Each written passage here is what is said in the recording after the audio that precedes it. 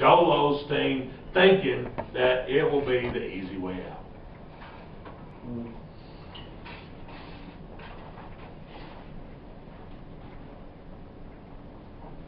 Down at the bottom, we got the definition of discipline: training that develops self-control, character, orderliness, and efficiency; strict control to enforce obedience; self-control or orderly conduct; acceptance of or submission to authority and control. See, when you come here, so many of you are beaten down and humiliated that you accept whatever it is just to get in the door. I really kind of doubt that the 12 absolutes that's on page 4 of your application, I really doubt that you could quote them. You could generically get close. You know, the cell phone's on there, you know, the sex thing's on there, but you can't quote it because you were really willing to accept anything just to get in the door. And then after a couple of weeks, like at work, at your job, you begin to debate with yourself whether that's appropriate or not. Well, that's my cell phone. What do you mean I got to leave it in my room? What do you mean I got to leave it in my car? I don't have a car. What do you mean I can't walk around with it? It's mine. My body's mine. God gave it to me. You see what I'm saying? And you begin to debate with yourself. And then, like most others, what happens is you begin to debate the food. We eat the same stuff every day, man. Oh, man, in that kitchen, God, it's filthy, man. You had never cooked a meal. Sit out on the front porch, smoke a cigarette, drink a monster Red Bull, and talk on the cell phone. You see what I mean? That's what Brad's talking about. That's what we're talking about here is we're not about to give up anything of ours to help somebody else. And that's that false pride.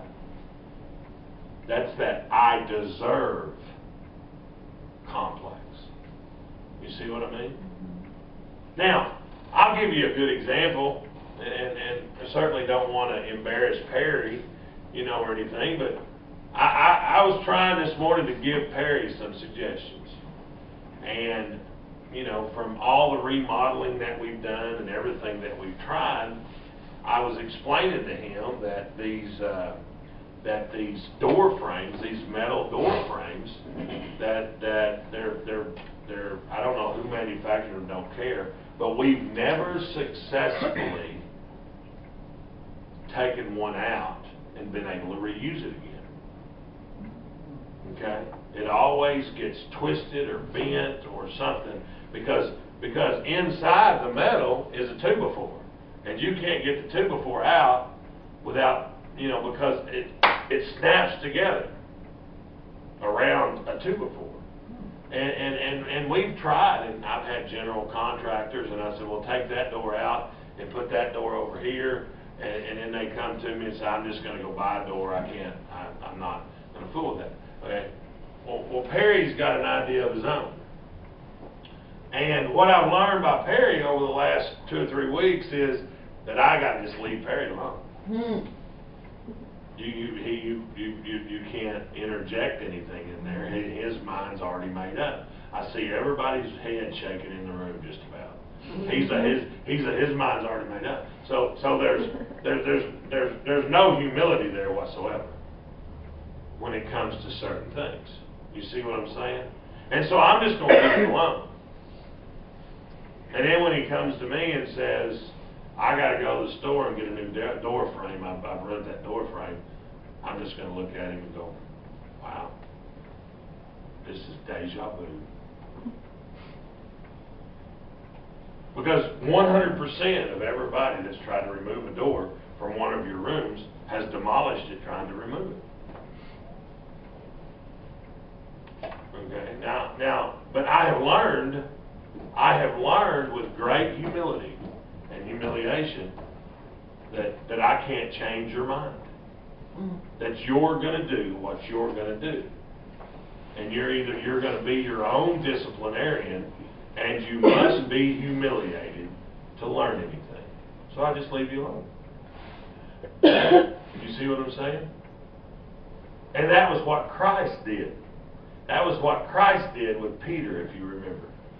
Christ told him, before the cock crows twice, 3 times, thrice, whatever the word is, you will deny me. Oh no, God, not me. Not me. No, man, they might, but not me. Right? And Peter was humiliated.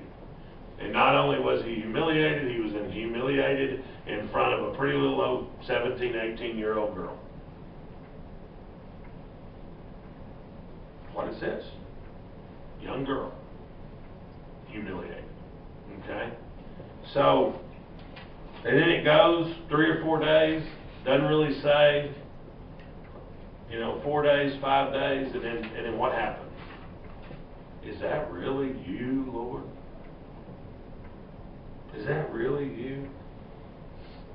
See, and I try desperately to step back as a good disciplinarian and wait for you to come into my office and say something to the effect of, I'm miserable and I'm tired of doing it my way. I don't need you to say, is that really you, Lord?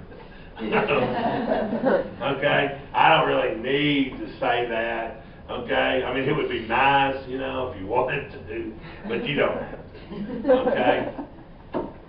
But the fact is you will get miserable within yourself. You will get miserable with yourself. And then it goes all the way back to the 5 P's. Who are you going to listen to?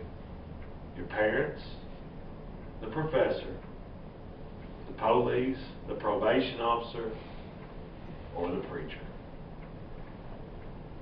You're going to mind one of them.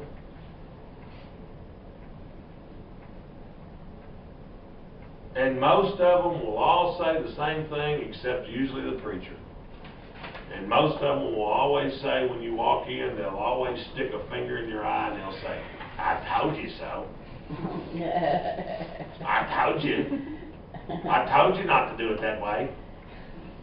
And the preacher, and I hope myself, will just say, it'll be okay. Let's pick up the pieces and see what we can make out of this mess. We'll make lemonade out of lemons or something. I don't know.